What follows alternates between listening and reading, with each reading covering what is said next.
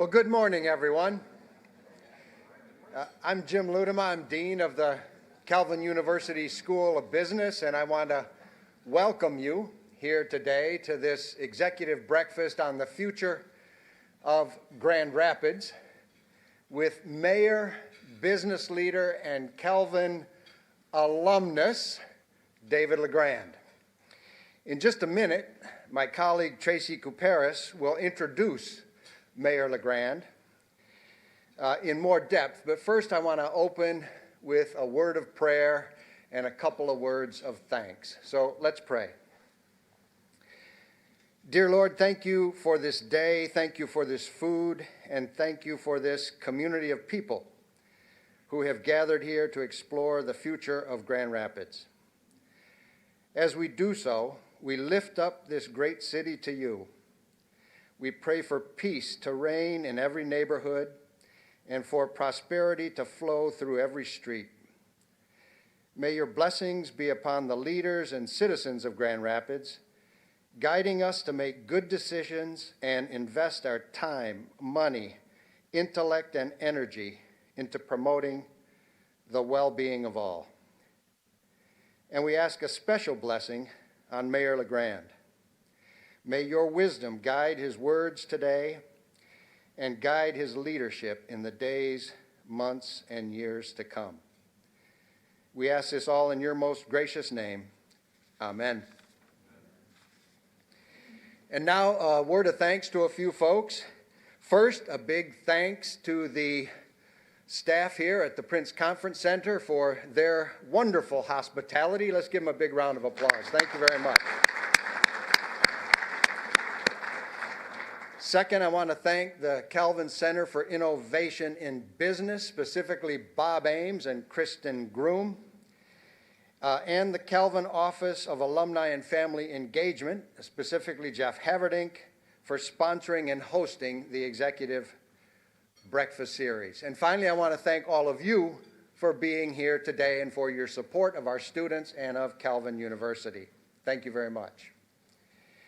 And now, I'd like to turn things over to my colleague, Tracy Kuparis, to introduce Mayor LeGrand. Tracy is a distinguished professor and politics team lead in the Department of Politics and Economics here at Calvin University. She specializes in comparative politics, international relations, and the intersection of religion and politics.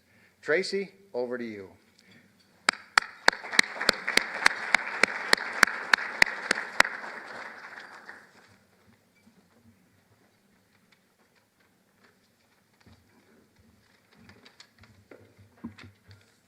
Thank you, Jim. It's my honor to introduce David LeGrand this morning. David's list of accomplishments is long. He's experienced success in several spheres: the legal, the business, and the political. And as you signed up for this event, you were able to read those. He's also a commissioned pastor. I'm not going to recount all of those. Rather, I'll focus on who David is. He'd be the first to say who you are and what you believe is more important than your outward accomplishments. I've known David for over 20 years. We became friends through attending the same church, and I've been involved in his political campaigns. Let me share with you 3 things that are important to know about David. He's a person of integrity. Yes, he's honest, but more than that, he shows a consistent commitment to strong moral and ethical principles. He fights hard to reform our society in ways that benefit everyone, especially the vulnerable, all within the guardrails of our political system. In the U.S. today, we need more people like David, and Grand Rapids is lucky to have him as our mayor. Second, David is passionate. It won't take you long, if you're in his company, to catch his enthusiasm, his commitment to any issue, like TV size. The bigger, the better. And that was before TVs got big. Or the kind of fruit to keep out of fruit salads, melons. Okay, those are silly examples. But again, David's passion for causes like safe roads, restorative justice, and affordable housing, and whatever other issues he's going to tackle as mayor, will be ones we'll likely benefit from. And if we don't, it's not because David didn't try his hardest. And here's another thing. David may have strong opinions, but he also hears you out, especially when you disagree with him. Finally, faith defines David. He loves God, and he's been molded by the best of the Reformed tradition in his home, the churches he's worshiped at, and here at Calvin. As a public servant, he'll try to act in concert with all of us, the citizens of Grand Rapids, in ways that honor God and bring about flourishing for everyone in the community. So welcome, David, to this event. We're eager to hear what you have to say.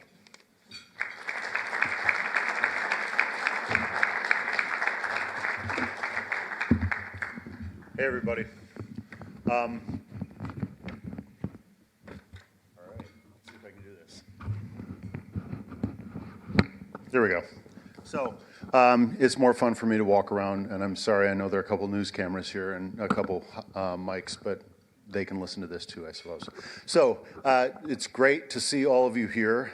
I hate to be introduced. It's one of my least fun things in the world because I am a Calvinist. And one of the things I often say about the Christian, when I talk about the community I come from, and that's you all, that's the Calvin and the Christian Reformed community, I say, you know, what makes me proudest about the CRC is it's full of people who just want to figure out what the right thing to do is and do it and not talk about it.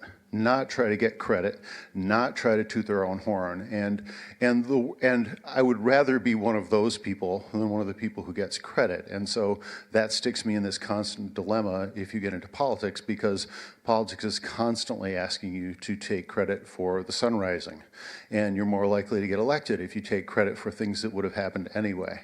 So. That's a long way of saying I have to gently reject the premise of the speech, and here's why I'm going to gently reject the premise of the speech. I can't control the future of Grand Rapids. I can't predict the future of Grand Rapids. If the headline topic for the speech had been my dreams for the city of Grand Rapids in the next 8 years, because I fully intend to run for re-election and I hope I win, I'd be happy to talk about my dreams for Grand Rapids in the next 8 years. My dreams are almost immediately going to come up hard against reality, and it's going to come up hard against events.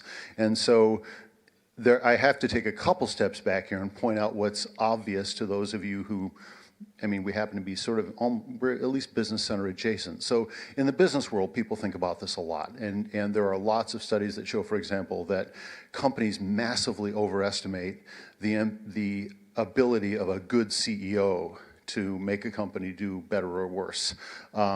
Put way too much emphasis in leadership and less in the organization and less in events. And there's a book called Black Swan, which is written by, I think it was Nicholas Taleb, and he argues that human history is really defined by things we couldn't see coming. So you can make all the best plans you want for your city, and then COVID happens, or if you're the Roman Empire, the Black Death happens, or the internet happens, or to give you something that's making my kids lose more sleep than me, and it probably should make me lose more sleep than it is, but you all should be losing sleep over it. AI. I mean, there's so are we on the brink of a world in which there are going to be intelligences in the world that are larger than human intelligence? That's a real possibility, and real smart people think that that's even quite likely. So what does that world look like? That's a mind-blowing concept, and the people who are studying it are saying, this is the biggest thing that's going to happen in our lifetime.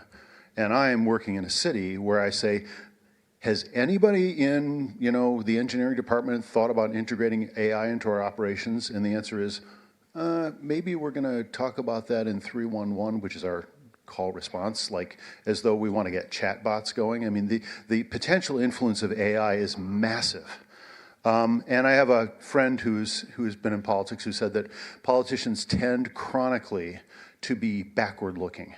So you sell a nostalgic view of remember how great the 50s were, or remember how great the 80s were, and so you do this constant, and you know, you can, if you look at the sales pitches people give in the political space, it's very often backward-looking. So have I heard anybody really? So I do like the futuristic part of the challenge that I got this morning. I like the future forward part of it, but there are big changes coming. I mean, if we wanted to get geeky and just talk about, for example, the implications of full rollout of truly driverless cars, that's going to have a massive change on the environment, but that's potentially nothing compared to the full rollout of AI. So that's the kind of thing that all of us should be thinking about, but I certainly should be thinking about, and I'm, you know, haven't had enough time to think about that yet to the level that I'm going to be satisfied. So that's one thing that's worth pointing out, is that events happen. Another thing and it's worth pointing out that there's a limit to how much leadership matters. The other thing that's true that I don't think politicians remember often enough or well enough is the sort of the Hippocratic oath for politicians, which is the ability to not mess things up is really, really important. And so I read an article once that said that President Truman was the greatest president of the 20th century because we didn't get into a nuclear war. Now, the alternative to not getting into a nuclear war is really, really not good. But if it doesn't happen, history sort of forgets that you've averted catastrophe.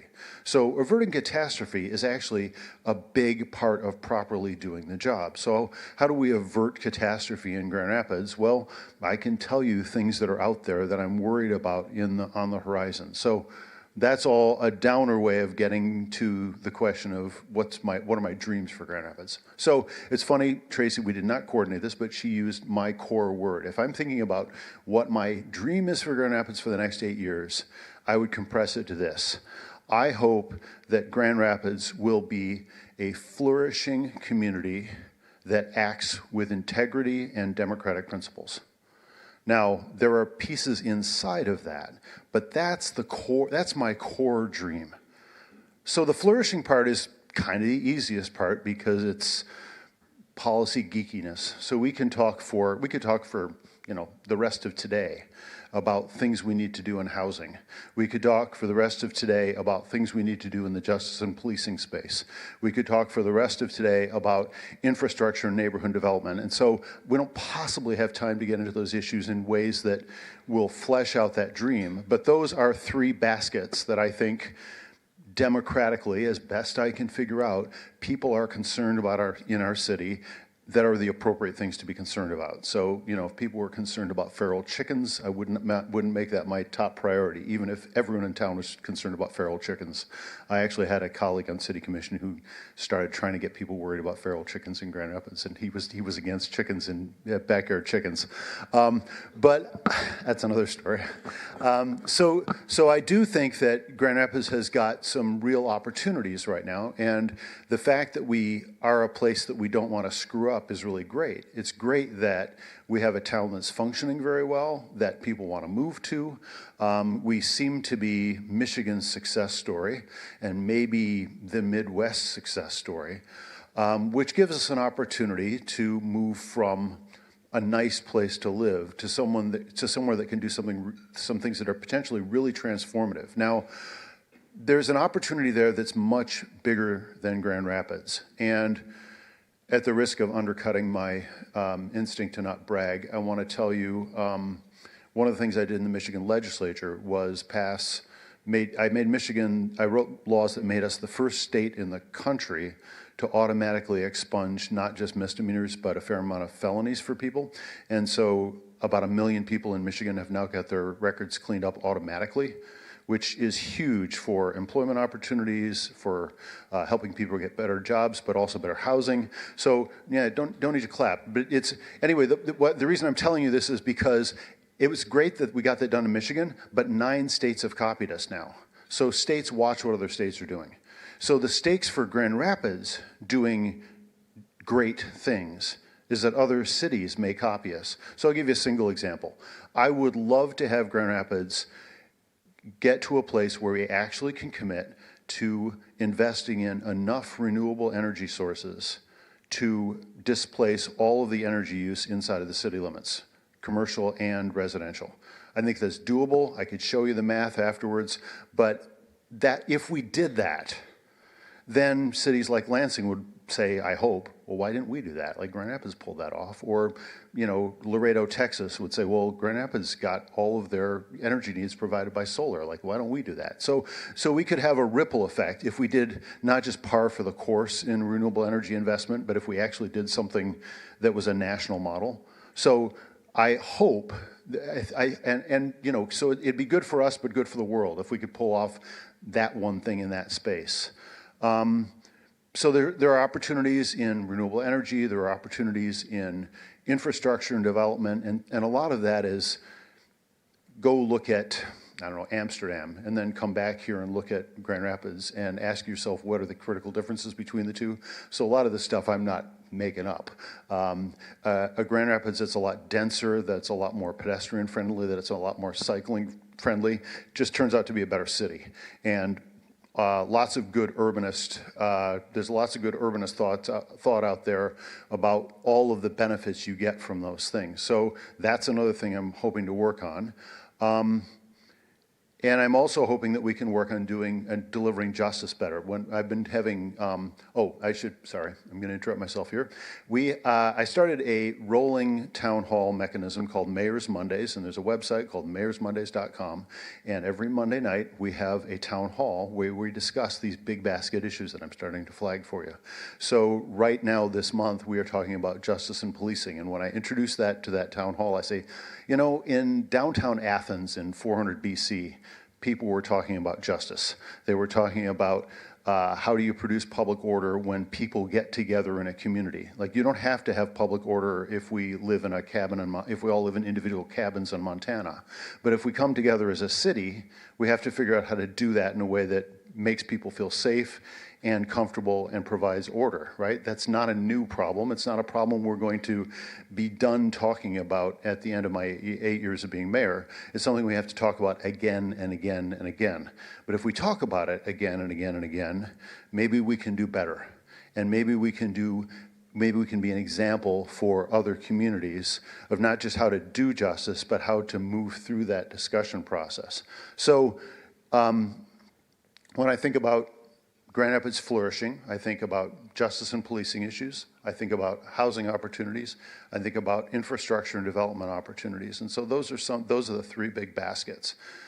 But more foundationally, I think that a real challenge for us as a community and a real opportunity for us as a community is to think about whether we can actually be a community better. When I started thinking about what I was going to say today, I thought, well, should I use a metaphor about bodies?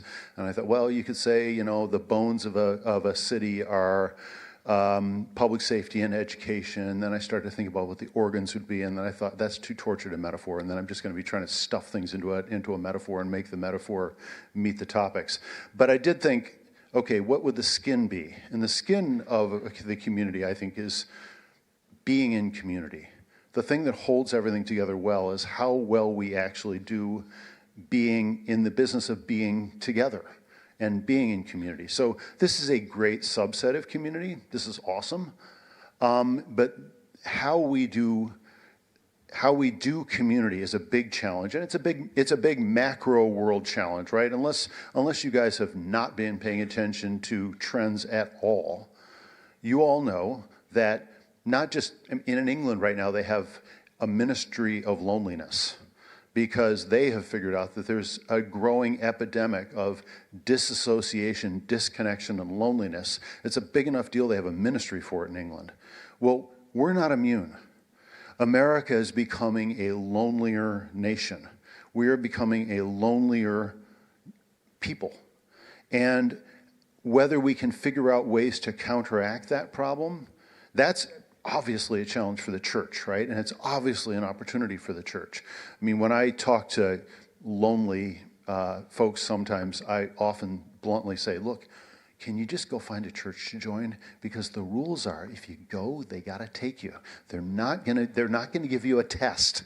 There's no checklist for whether you get to be in. You're just their problem if you show up.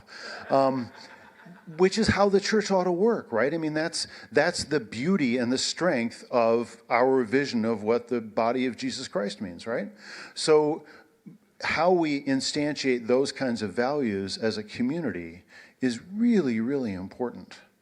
And so that's something that I am going to spend as much time as I can on while I'm mayor. That's one of the reasons why we're doing Mayor's Mondays, because I want to be able to have people think about things together. And I'm almost allergic. There are words I'm allergic to. I'm allergic to the word fight, because if I'm fighting someone, I'm harming them. I'm allergic to the word win, because if I'm winning, someone else is losing. And those are words that are just all through politics. A word that I'm semi-allergic to is the word power. Now, if you talk about power and you're a physicist, you mean, the power it takes to lift up this water bottle. That's an okay use of the word. But usually when people use the word power, what they mean is my ability to make you do something that you don't want to do. And so I often say I'm really suspicious of the idea of empowering disempowered communities, because, well, if you're talking about coercive power, then you're just going to give some group the ability to advance their agenda with coercion, and that makes me itchy. Well, similarly, I'm semi-allergic to even the term leadership, because, and Christians get this, and they often say servant leadership, because Christians, when they think about this, get a little itchy. The idea of fully instantiated Christianity seems to me to be compatible, as far as I can figure out, with fully instantiated democracy. And fully instantiated democracy and fully instantiated Christianity, I think, mean radical egalitarianism. What do I mean by that? I mean, 150 years ago, we agreed that democracy was not a race test. 100 years ago, we agreed it was not a gender test. But it's also not an IQ test. And it's also not a work ethic test. But those biases run through our analysis all the time, right? We want our politicians to be smart. We want to identify people who are leaders and then have them go do stuff. And I think that, if you go read the New Testament carefully, there's a constant pushback on that and a constant insistence of inversion of that sort of power-oriented, leadership-oriented way of looking at the world. So I don't want to be a leader. I want to be someone who helps all of us frame and vision how to live in a community where we actually listen to and value each other equally, which is really hard, right? It's not easy. But guess what? Yes, Tracy, gave away the reality that I'm a Christian, and I think that's the central calling of being a follower of Jesus Christ too, is to figure out how to actually instantiate those kinds of values. And Jesus said all kinds of crazy things that sound functionally impossible, right? I mean, he said, sell all you have and give it to the poor. And I don't think it was a metaphor. And I don't think he was just talking to that one guy. And here I stand in fairly nice clothes. Well, that means I have to figure out how to make sense out of why I didn't sell all of these clothes to give the money to an orphanage in Kenya, right? I lose sleep over that, and anybody who is a Christian should lose sleep over that. I don't know that I'm ever going to be settled with the question of how I deal with owning assets. I mean, my friend St. Jansma gave the standard Christian Reformed answer, which is stewardship, right? We don't actually own anything. And I think that is the right answer. I think the only way we can make sense out of possessions is to say that they're just stewardship, and we have to justify the use of everything we have. And if you can't justify the use, then you should sell it and give the money to Kenya. But it's also true that that radical commitment to to rejection of possessions is also true of a radical rejection of our own importance. And that's not easy, right? It's not easy to love those that hate you. It's not easy to really believe in the liberty of captives. It's so much easier for us to want to control people, put them in boxes, figure out how we get to make people do things. And so working out a community where we really don't live by those rules, I'm not saying we're going to get it done in the next 8 years, right? I still believe in original sin. I believe in there are all kinds of barriers to that kind of a radical vision. But, you know, if I think about the future of Grand Rapids, if it's what my hope is for Grand Rapids, my hope for Grand Rapids is that we can actually be a community that lives as a community, that lives out those kind of values in ways that can be an example for others and other communities. And the stakes are pretty high, right? One of the things that I often say, how long have I been talking? I'm sorry, guys. You're good. Am I good? Okay. Okay. So when I talk about the United States right now, I say I think there are at least two sort of icebergs that may end our republic. One of them is hyperpartisan rancor. Like and I have marriage analogies for both of them. So I always say, look, if Melissa and I only ever fought, eventually we'd get divorced. And if this country just divides into two camps that just throws rocks at each other, we're done. And a lot of that, if you look at who really frosted Jesus' cookies, it was the self-righteous, right? He spent most of his time being frustrated with and angry with the self-righteous. And the problem there is that we all want to be righteous, right? And it's just not that much of a shift from righteous to self-righteous. But it's a terrible, terrible place to be. And our politics right now is defined by a lot of self-righteous dynamics on the left and the right. If you listen to people on both sides, they're so busy reinforcing their own biases and being so sure that they are right and demonizing people who disagree with them. Because it's sort of a drug. I mean, it can feel good. It can feel self-affirming. And the more demons you can find, the better you feel about yourself. The problem is it's heretical. And the problem is it also is, an appalling thing to do to other human beings, to demonize them that way. But it's also true that, it breaks down on human contact. It's really hard to hate somebody in person. It's a lot easier to hate someone in isolation, and back to our question of how we do community well. So if we can spend more time with each other, I think we can fight that mechanism, but we have to figure out how to do it. Because if we can't deeply and profoundly disagree with each other about things without imputing malice, we're done. It's a necessary precondition for democracy. The other thing that I think may end us is a collapse of trust in the government, period. Now that, again, is at the end of the day a community functioning conversation. If government is something that happens to you, why should you trust it? If it's something you participate in, that's a different conversation. So if we can't figure out how to do democracy in a sufficiently participatory fashion, we are going to be done. 40% of this country doesn't believe anything the government says right now. That is a big problem. And I'm not saying we're going to be able to solve this in the United States of America. I'm just hoping we can solve it in Grand Rapids. I'm not saying that we can do all things in all times for all places and for all people. But so John Hare, who used to teach here, did a good trick with using alliteration on something St. Augustine said in the 4th chapter of Christian Doctrine. And so John Hare called St. Augustine's point providential proximity. It's good because it's got alliteration so you can remember it. And the idea is you can't save the world, but if you have a friend who goes and does mission work in the Amazon, you can support that friend's work in the mission in the Amazon. You can't save Africa, but if you have a friend who works in an orphanage in Kenya, you can support your friend's work in the orphanage in Kenya. The idea is that God puts us into places, and we can try to do things in the places we are. So we are all in Grand Rapids, so we can figure out how to do this here as a response to a national challenge.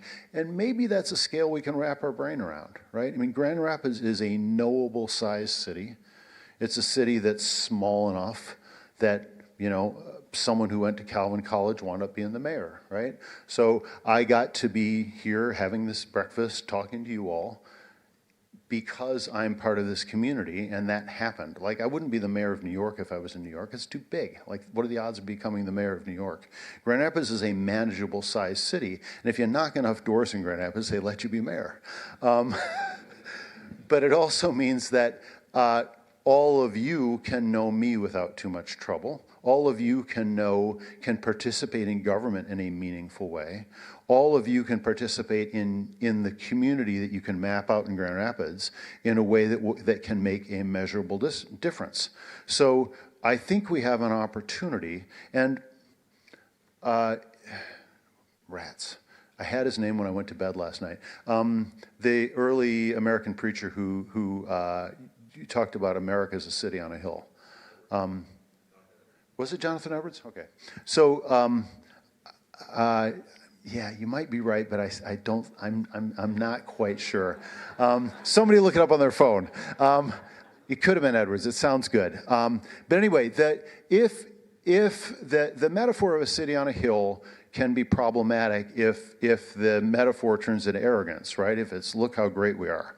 But if the metaphor, and it's biblical imagery, right? This is Jesus' image of how you do good in the world. Well, one way you do that is you do things well in a way that other people can see. And so that's the don't hide a lamp under a bushel. So there's an opportunity for us to have outsized influence. But the way to have outsized influence is not to argue with people, not to coerce them, not to convince people that they're wrong and we're right. It's just to do better.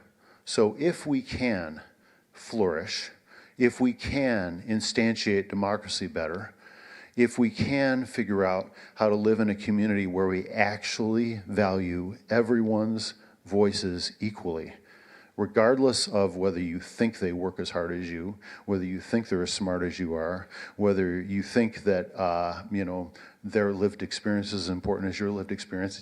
Figure out the list that lets you feel better than other people and try to burn that list. If we can live and model that out in ways that work and make sense, we can be an example. So that's my hope for Grand Rapids, is that 8 years from now, we can have made real progress towards, and when the Atlantic hears us talk about the kingdom of God, they all freak out, right? Like liberals who don't understand the Christian tradition get really, really itchy about Christian imagery being used in politics. But yes, if we can make Grand Rapids an important part of the kingdom of God, then we'll be in a beautiful place. So I'll stop there, and I guess you guys get to ask me questions, which I'd be happy to answer imperfectly or open-endedly.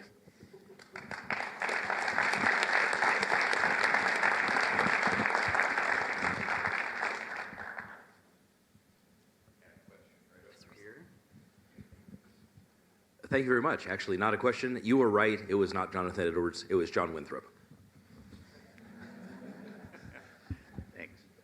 It was one of those middle of the night things, and I had the name and then I lost it. And I'm not sure it's Talib either, but the book is The Black Swan. It was a good book.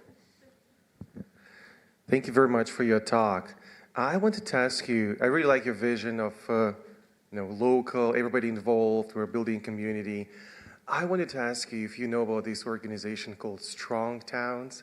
It's kind of small but rapidly growing all over the U.S. They have really interesting principles. If you know more about them, I would like to ask you what you think about them. And also they have this competition, like residents nominate their city, and then they pick 16, and then they pick the winner.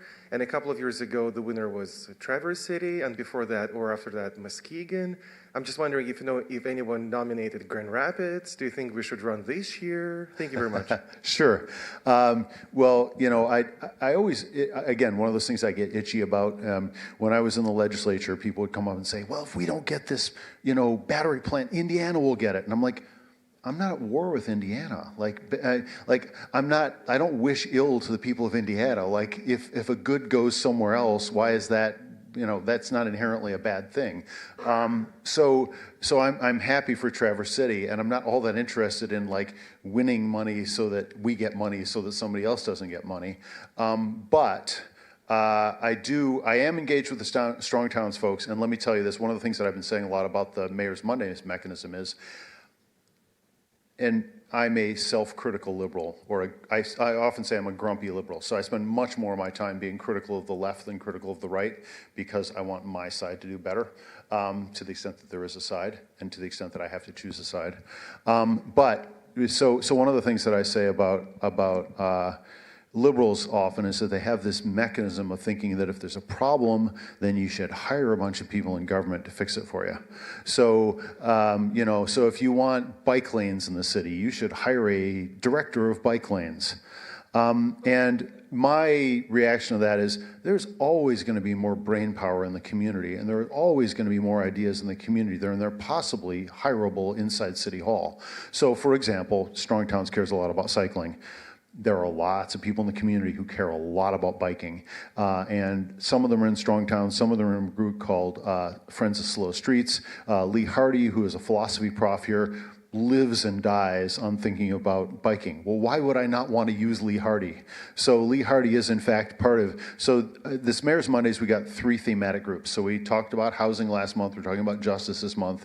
Next month, we're going to be talking about infrastructure, which includes biking. And I'm sort of having a group up front of people who understand the issue and have thought about it. So Lee is in that group next month. But another group that I went to there's a local Strong Towns chapter, and I said, look, give me someone to be part of the housing conversation, give me somebody to be part of the infrastructure conversation. And so those folks are involved, and there's a guy named Mark Marone I think it's Mark, but it's Marone. What? Chuck Marone, sorry. Mark Marone, I think, is a comedian. So Chuck Marone sort of started the group and has written a bunch of books, and is a lot of fun to read. So if you all are interested in homework assignments, and you're looking in this space, the Strong Towns is not a bad place to start. There's also a really fun book called Killed by a Traffic Engineer, which is a good title, easy to remember. So if you want to think about streets and infrastructures, that's a great book to read. If you want to look at housing, Jerusalem Dempsis, who writes for The Atlantic, wrote a really good collection of essays and printed them. You can get them on Amazon for about $10. And that will help you be smarter on the housing issue. On housing, the smart and thoughtful left and the smart and thoughtful right have actually converged, which is really fun to see. So there's growing consensus about a bunch of really obvious things we should be doing in the housing space to reduce cost for producing housing, and essentially everybody finally realizes we get a supply problem and not a demand problem. So we just need to build a whole lot more housing. But it's also true we got to do a whole lot of deregulation, because we got a lot of really bad regulations that have sort of it's sort of like, hardening of the arteries. So we had a lot of arterial sclerosis of regulations in the housing space over the last 30 or 40 years, and we've just got to get a stent. Well, David, you've talked about flourishing and you've talked about involvement. I live in the 3rd Ward, and I've heard a lot of people say, I see the 1st and 2nd Ward seem to be flourishing because the city spends more money there, and the 3rd Ward seems to be the last the city thinks about. Now, do you think that's because the 3rd Ward hasn't been active in being involved? Is that the problem? No, I actually think that's a very powerful, effective, and false narrative. So let me explain why. The Grand Rapids has 3 wards, some of you may know. There's a 1st Ward, a 2nd Ward, and a 3rd Ward. They were drawn to allow human beings to participate in elections. They were not drawn to tally up investments. So that's the first point. And the 1st Ward and the 2nd Ward both include slices of downtown. The way the maps are drawn, the 3rd Ward doesn't get anywhere near downtown.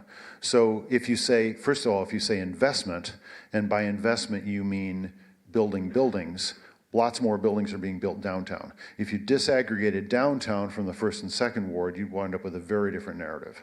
So really, I think when people talk about, disinvestment in the third ward, I think that what they're doing is they're using the wrong framing and the wrong articulation to express what I agree with, which is we should be spending more time on neighborhoods. And that downtown, there are structural reasons why downtown has got the biggest piece of the pie over the last few decades. And there should be properly a conversation about how do we invest in neighborhoods,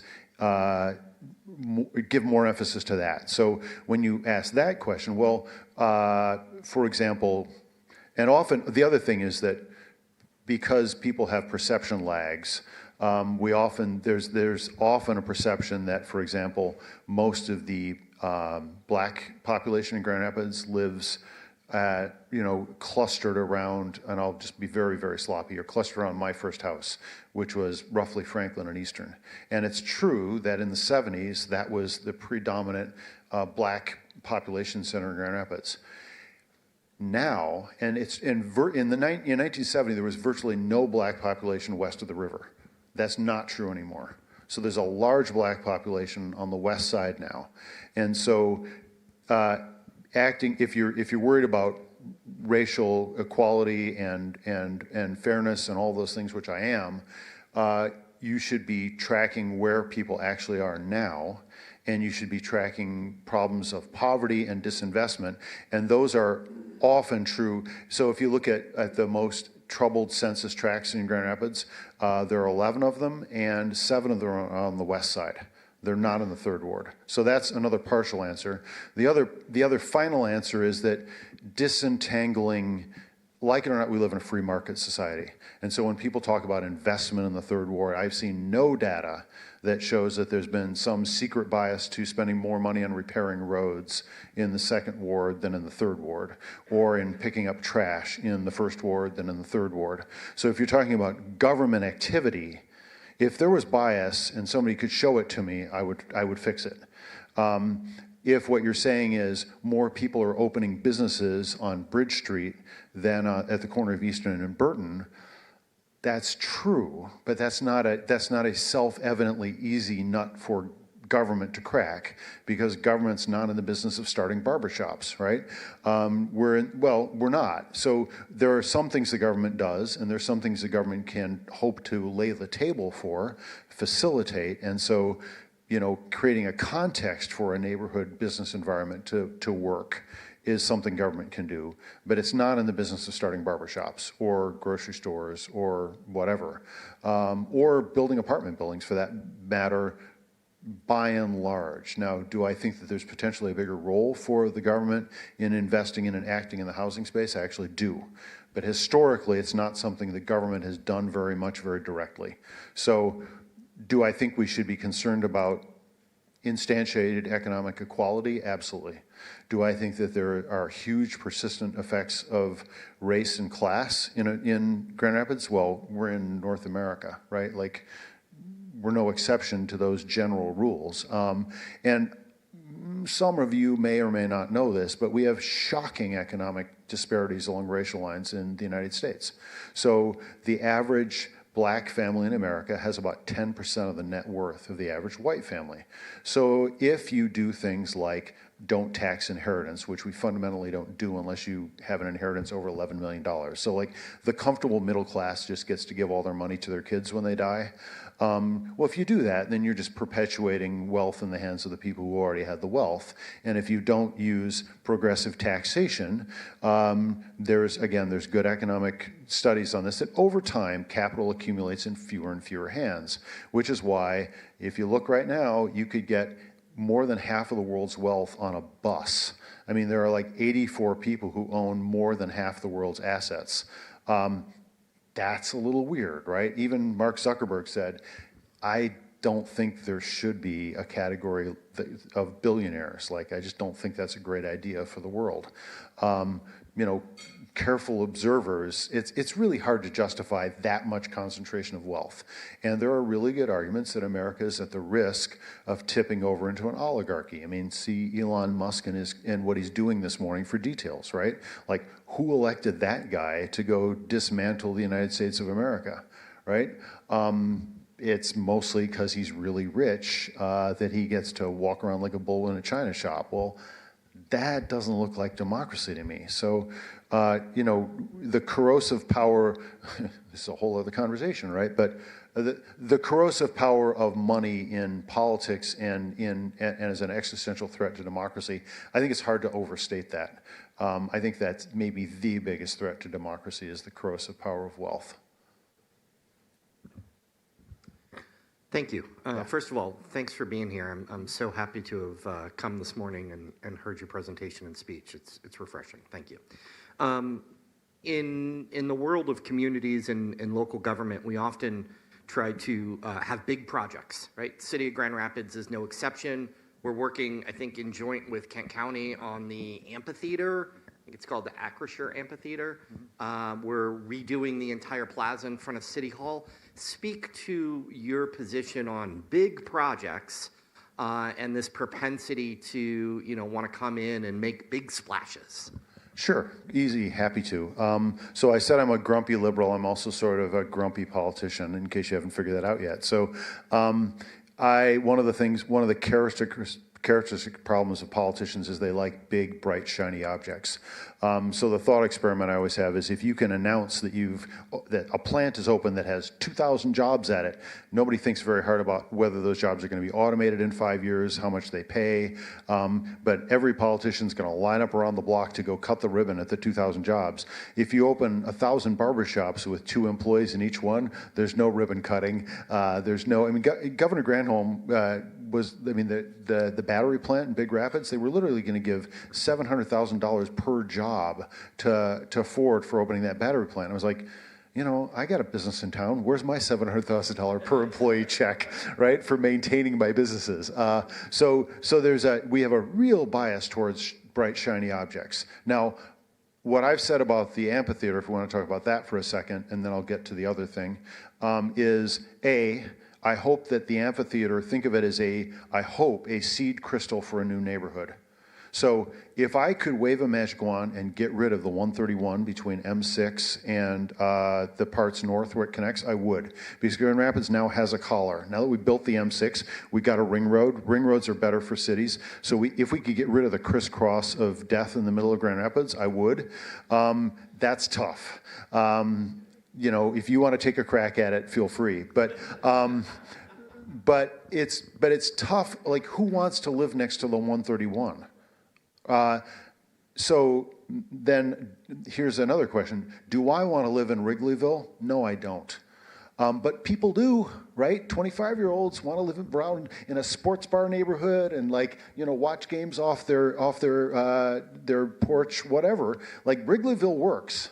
So if that soccer stadium is a seed kernel for Soccerville, and there is going to be housing that goes in around it. And if you look at where it is, it looks like a neutron bomb testing site, right? Like it's acres of just sterile asphalt right now. So sterile asphalt by a highway, if we can transform that into a bunch of new housing and people want to live there because people don't live in neighborhoods because they're boring. And if you build big buildings without any reason to be in that place, you get blight over time. Right? See Cabrini Green for details.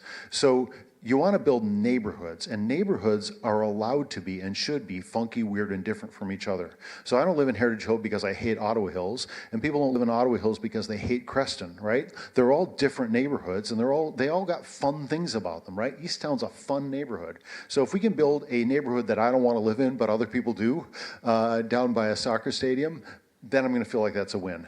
The other thing I'm going to feel like is a win is if there's actual community use of that.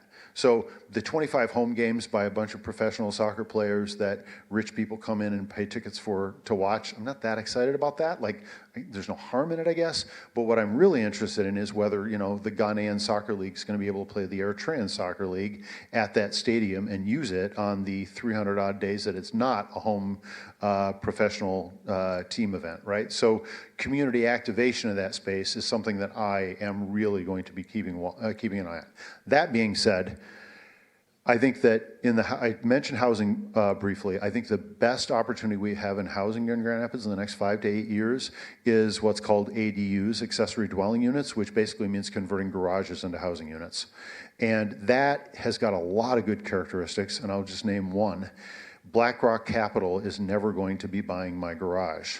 So the fear of out-of-town investors coming in and making development happen, first of all, I don't think that's bad. But even if it was, but I do think that a garage as a rental unit's got lots of nice characteristics. Because if I start renting out my garage and my tenants are heavy metal fans and they start playing AC/DC at 200 decibels at 2 in the morning, the first person that's going to be annoyed about it is going to be me, their landlord. So I think that ADUs give you the ability to do density, actually get renters into neighborhoods that currently have home ownership. They're a way to get low-cost housing options. So, and there are ways to get mom and pop small. They're a way to get that 1,000 barbershop thing happening in the housing space. So I'm going to be spending, I've got a work group going on this, but like the first housing thing I want to work on is identifying barriers, why we don't have, we permitted ADUs in Grand Rapids and we had 3 of them last year. I think if a world in which we had, say, 10,000 of them would look like a very different housing market. So that's something that I'm spending a lot of time on, and that's small scale, individual actor, no ribbon cutting, economic activity and improvement for the city. So that's a project I'm really excited about in the housing space. Thanks. Sorry my answers are so long, guys, That's but all like, right. it's all complicated. We got time for one last question. Hi, my name is Sandy Vanderzeit, and my question is, are there any of the Trump administration's funding freezes that are directly affecting Grand Rapids, and what can we do about it? Oh boy, yeah. I mean, yeah, we're in a weird space, right? Like 2 weeks ago, I did not think that my daughter was going to be getting an email saying, "Hey, we think student loans are going to keep working." Right? We don't know at this point. I can tell you this: we've modeled out, and there's a whiteboard in my office. All direct funding sources to Grand Rapids from the feds. Not that much money. There's a lot of money that they're going to cut off for things that we would like to do. So there's lots of like grant opportunities for things that maybe like pedestrian crossings. They pay about 80 cents on the dollar for new pedestrian crossings. I'd love to have a bunch more pedestrian crossings in Grand Rapids.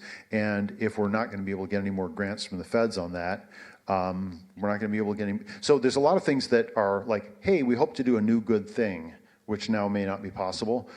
Whether business as usual is at risk from the federal government, I think the short answer is no, as far as I can tell. Now, the other part is, the good news is Grand Rapids has saved money up over the last years, so we do have a cash reserve in place. And so one of the things that I'm asking, and maybe I shouldn't say this out loud, well, I'll not say out loud the details, but I'm asking if we have a fire department in Grand Rapids because we know we have a fire about every week. We've never had an earthquake, but we do have somebody in the fire department who plans for earthquakes. We need to start modeling out what if our baseline assumptions of how government works and how the federal government interacts with state government and city government, what if those stop working? Then what kind of position are we in? So we are asking those questions. I think the answer is we're not in immediate peril, but there are some questions like, for example, if the current administration said, we're not doing student loans anymore because we don't like college-educated people because they tend to vote Democrat, we couldn't backstop all the student loans of people at Calvin College, right? So we can't make whole the student loan population. We can't, if the administration stopped paying Medicaid, we can't backstop that. So there are some big federal programs that really do affect residents of the city that we couldn't backstop. But if you're asking, is our police force going to stop working because of lack of federal funding? No. Or picking up trash, or snow plowing, or doing the basic nuts and bolts things of the city. And most of our housing work doesn't really rely on federal money. Some of it does, but not a lot of it. And the best and the quickest and the most exciting parts of it don't rely on federal funding. So don't be too freaked out about it. Now, what can you do about it? I mean, I think it's sort of like the same question Canada's asking right now. Like, I don't know why we're declaring war on Canada. I really don't. And they really didn't deserve it. And it really makes me sad because, like, I graduated from high school in Nova Scotia and, like, I have a lot of Canadian friends and we're not smuggling fentanyl into Canada. Like, it's not a thing. I don't know where that came from. And the Canadians don't wish us any ill will. And I don't know how they're going to deal with a 25% tariff because they're not a big enough country to be fully independent of us. They don't make their own cars, for example, right? Like, we're a really intermingled economy. And so that, acting like Canada's a hostile force is really problematic. So, but Canada's going to have to figure out, like, okay, we grow food, we can come up with 2x4s to build buildings. How they're going to deal with the car industry, that's going to be rough for them. So there's going to be some pain in Grand Rapids if some of the things that we thought were being supported just stop being supported. And one of the ones that scares me is housing supports for the poor. Some of you probably know the term, the phrase Section 8. Well, what if the federal government just cut off Section 8 funding? That would really be awful for a bunch of our residents, and I don't think we got the money to backstop that. Another one is Title I funding. So our schools, about half of the money in Grand Rapids Public Schools comes from federal Title I funding. So if we burn down the Department of Education and we decide to stop Title I funding, what happens to GRPS? I mean, that's going to be really ugly. It starts, I mean, I had a conversation with a friend who's a state rep yesterday. I was like, well, maybe we're going to be Florence in 1400. Now, Florence is a nice city. I'm not sure that I want to go back to 1400. I'm not sure I really want to, I don't want to revert to a city-state model of, governance, but it looks like we're going towards more regionalism, more balkanization. Now, the good news about that is cities have obvious strengths. There's a reason people live in cities. Cities are better economic drivers than not cities. They're sources of resource sharing that not cities aren't. So I'm not pessimistic about the survival of cities in this environment, but it is a mess. And I wish I could tell you it wasn't a mess. It is a mess. I mean, and I wish I wasn't spending 30% of my time and energy trying to respond to a new problem that just didn't need to get created, as far as I can see. I don't see why this disruption is necessary, and it's hard to see an internal logic to it. Like, I'm running out of explanatory theories for why we want to be this disruptive. And again, if I want to be a self-critical politician, politicians love to talk pessimistically and in a doom loop. So we have the most prosperous economy we've ever had. We have virtually no unemployment, right? Let's take a deep breath and remember, this economy is doing incredibly well by any measure, by any rational measure. This is essentially the best economy I've seen in my lifetime. You wouldn't know it if you listen to politicians. Listen to Joe Biden. He's like, people shouldn't have to choose between times are tough. People are having to make hard choices. Like, every politician in every campaign I've ever heard has to first start telling you how tough things are in America and how people are having a hard time making ends meet and things are tough all over, and then they move on to whatever they want you to agree with them on. Well, a mantra that America's in lousy shape gives people an opportunity to come along and say, see, it's, we have a housing problem because all those nasty immigrants who are stealing our housing, or whatever, right? It creates an atmosphere for fear to be really effective, for othering to be really effective. So I think politicians on both sides share blame for that because they want to act as though things are worse than they are, so that when they do anything, they can claim more credit than they deserve.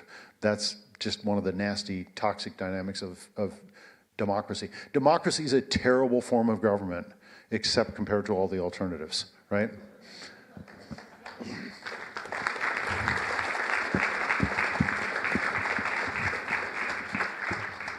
David, thanks very much for joining us this morning. And He's got to run off. He'll be maybe around for a minute, but you'll have to catch him very quickly because I've got an alphabet soup meeting I've got to go to. It's DGRI maybe or something like that. there you go. Well, thank you again. Let's hear it one more time for David. Thank you for coming back to Calvin. All right. All right, I've got a couple of announcements for you, and then we'll adjourn to some more networking. So first of all, we've got a professional networking night coming up at a business that our mayor is invested in. He was one of the founders of Long Road Distilling. And it's the first ever networking event that brings together our current master's students, our graduate students here at Calvin, along with the alumni board and the young alumni group. So if you're interested in Long Road and being part of that networking event, it's on February 27 from 5:30 to 7:30. Calvin Faith in Business Author Series, Friday, March 21st. We're going to have Dr. Justin Irving speaking, and he's going to talk about the topic of his most recent book, which is Healthy Leadership for Thriving Organizations, Creating Contexts Where People Flourish. We were talking about flourishing this morning. That'll be interesting, and if you want, you can come and listen to him speak. That'll be right here in the Prince Conference Center. Feel free to look up the book on Amazon and get a copy of it. It's a good read. Just a quick announcement about our MBA program. We just talked about that Masters networking night. We've got an MBA here at Calvin, and our MBA program director, Leonard Van Drunen, is sitting right over there. Wave your hand. If you want an MBA, he's got a bunch in his pocket. Just bring your checkbook and talk to Leonard. The MBA was recently redesigned using input from a lot of our MBA students and prospective MBA students, and it's focused on leadership and innovation, and it's cohort-based. We found that, of course, students like learning in cohorts. They like working in cohorts, and it is faith-based. It allows our students to build networks for life, has significant experiential learning built into it, and it's flexible for working professionals to get their MBA without giving up their career or their family life. Another new learning opportunity that we've got, leading in an age of disruption and change. I think if you caught the tenor and shared some of the anxiety of David's talk, these are crazy times, and if you're not in an industry that's being disrupted, well, then you're probably the company or the industry or person that's disrupting somebody else. And so what we're going to be offering from May 12th to June 7th is a series of weekly sessions with other learners, as well as learning that takes place between those 4 sessions to help really prepare you to deal with change and to deal with disruption more effectively. If you'd like more information for that, there is a card on your table. Just snap a quick picture of the QR code if you can't get the one off the screen, and send an email in, and we'll get you more information on that. It should be a really exciting learning opportunity in May and June. Startup Garage. I saw John Verlee here. Wave your hand, John. John is the founder and chief entrepreneur of the Calvin Startup Garage. There's a lot of exciting things going on here. If you don't know anything about Startup Garage, Startup Garage at Calvin is designed to equip Christ-centered entrepreneurs to build redemptive businesses that reflect biblical values and create lasting impact. So it might be a couple thousand of those barbershops, or it might be something that turns into a big chain of barbershops, right?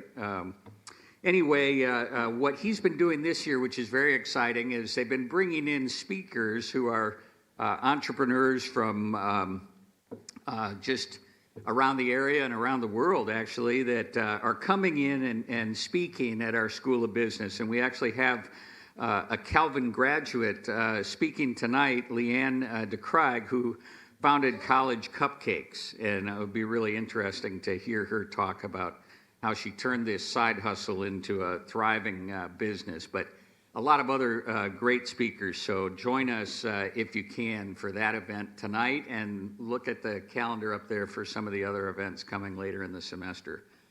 April 23rd, same time, same place as you're at right now. Our next executive breakfast, the future of coffee. And I think we'll hear a little bit about Tim's thoughts on this volatile market and this important product that most of us are consuming this morning. Like chocolate, coffee prices are going up, and there's a lot of things going on in that industry. And Tim Volkema, Calvin alum and owner of Shoal Coffee and Sparrows Coffee, will be joining us to talk about that. One other thing, LeaderCast 2025 on May 16th. It's a 9 a.m. to 3 p.m. event. This year, the leadership topic is Legacy of Impact. It's really a group of high-powered speakers who are going to help us all learn to lead better with optimism, empathy, and a get things done level of energy. So if you're into a day that is really energizing and refreshing and help you kind of reframe what it means to lead an organization, or even just to lead yourself more effectively, join us for that. Last but not least, a shameless bit of self-promotion here.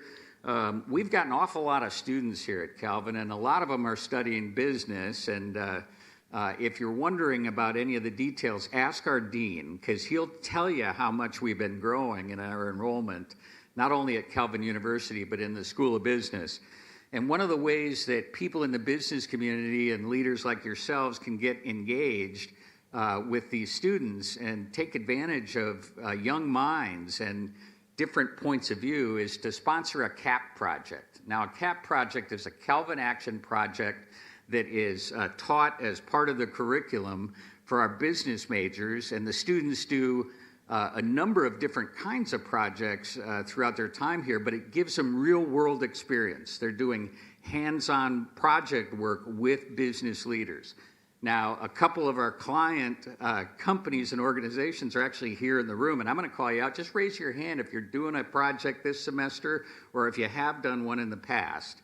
Go ahead and put your hand up, okay? So here's 1, 2. Howard, your hand isn't up.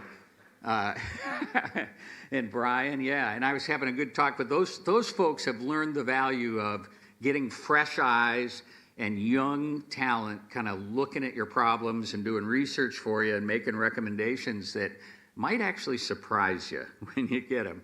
But it's a good way to engage our business students and to support their education, but also to get some really fresh thinking. And so feel free to contact either myself or Kristen Groom, who's in the back of the room, and talk about the opportunity to sponsor a CAP project for next fall. We're also going to be opening up some CAP projects in our graduate school program, so some different opportunities there as well. Anyway, I think that's all I've got for this morning, and thank you all for coming. We really appreciate your coming and sharing with us here, and spend some time networking. I think there's still coffee out there, and just enjoy the rest of your day. Thanks for coming.